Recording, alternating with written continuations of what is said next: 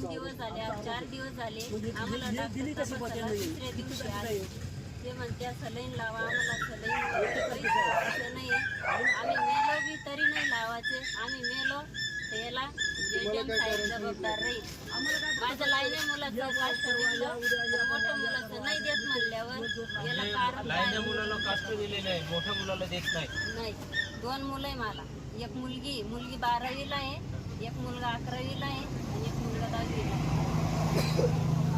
एका मुलाला दिलं, 2 मुलं काय लावायचं.